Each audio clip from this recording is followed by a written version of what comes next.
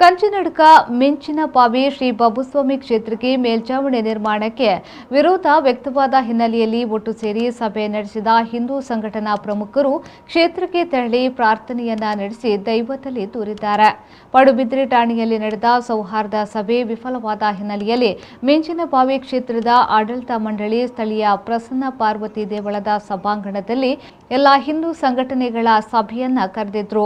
ನೂರಾರು ಮುಖಂಡರು ಹಾಗೂ ಕಾರ್ಯಕರ್ತರು ಭಾಗವಹಿಸಿದ್ದ ಸಭೆಯಲ್ಲಿ ಮಾತನಾಡಿದ ಹಿಂದೂ ಸಂಘಟನೆಗಳ ಮುಖಂಡರು ಕ್ಷೇತ್ರದ ಆಡಳಿತ ಮಂಡಳಿ ಮೇಲ್ಛಾವಣಿ ನಿರ್ಮಿಸಲು ಹಾಗೂ ಅಕ್ರಮಗಳ ತೆರವಿಗೆ ಮಾಡುವ ಕಾರ್ಯಾಚರಣೆಗೆ ಸಂಪೂರ್ಣ ಬೆಂಬಲವನ್ನ ವ್ಯಕ್ತಪಡಿಸಿದ ಬಳಿಕ ಕ್ಷೇತ್ರಕ್ಕೆ ತೆರಳಿ ಪ್ರಾರ್ಥನೆಯನ್ನ ಸಲ್ಲಿಸಿ ಮುಂದಿನ ಕಾರ್ಯಾಚರಣೆಗೆ ಅಣಿಯಾಗಿದ್ದಾರೆ. ಕೆಲವಾರು ವರ್ಷಗಳಿಂದ ಮಾಡ್ತಾ ಬಂದಿರ್ತೇವೆ. ಅದಕ್ಕೆ ಯಾವುದೇ ಒಂದು ಮೇಲ್ಛಾವಣಿ ಇಲ್ಲ.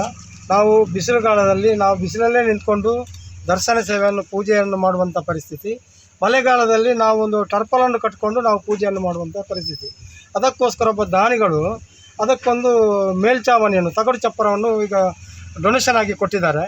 ನಾವು ತಗಡು ಚಪ್ಪರ ಹಾಕಲಿಕ್ಕೆ ಹೋಗುವಾಗ ಇಲ್ಲಿ ನೆರೆಮನೆಯವರದ್ದು ಒಂದು ಆಕ್ಷೇಪ ಇದೆ. ಅದಕ್ಕೆ ಕೆಲವು SDB ಅವರು ಸೇರಿಕೊಂಡು ಅದನ್ನು ಮಾಡಲೇಬಾರ್ದು ಅನ್ನೋ ಒಂದು ರೀತಿಯಲ್ಲಿ ಆಕ್ಷೇಪಣೆ ಮಾಡಿದ್ದಾರೆ. ಇದನ್ನು ನಿನ್ನೆ ತಾನೇ ನಾವು ಪೊಲೀಸರ ಸಮ್ಮುಖದಲ್ಲಿ ಒಂದು ಸೌಹಾರ್ದ ರೀತಿಯಲ್ಲಿ ಬಗೆಹರಿಸಿಕೊಳ್ಳಲಿಕ್ಕೆ ನಾವು ಅಲ್ಲಿಗೆ ಹೋಗಿದ್ದೇವೆ. ಅದಕ್ಕೆ ಅವರು ಯಾವುದೇ ಕಾರಣಕ್ಕೂ ಅದನ್ನು ಮಾಡಲಿಕ್ಕೆ ಬಿಡುವುದಿಲ್ಲ ಅನ್ನೋ ಒಂದು ಛಲ ತೊಟ್ಟು ಅದೀಗ ಮಾಡಲಿಕ್ಕೆ ಬಿಡಲಿಲ್ಲ.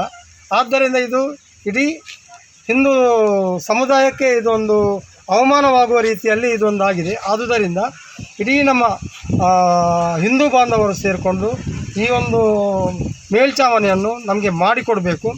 ಅದೇ ರೀತಿ ಮಾಡಲಿಕ್ಕೆ ಬಿಡದಿದ್ದರೆ ನಮ್ಮದು ಅನಧಿಕೃತ ಅಂತ ಅವರು ಹೇಳೋದಾದರೆ ಅವರ ಅನಧಿಕೃತ ಏನಿದೆ ಅದನ್ನು ಕೂಡ ನಾವು ಬಹಿರಂಗಗೊಳಿಸ್ತೇವೆ ಅಂತ ಈ ಮೂಲಕ ನಾನು ಹೇಳಲಿಕ್ಕೆ ಇಚ್ಛೆಪಡ್ತೇನೆ.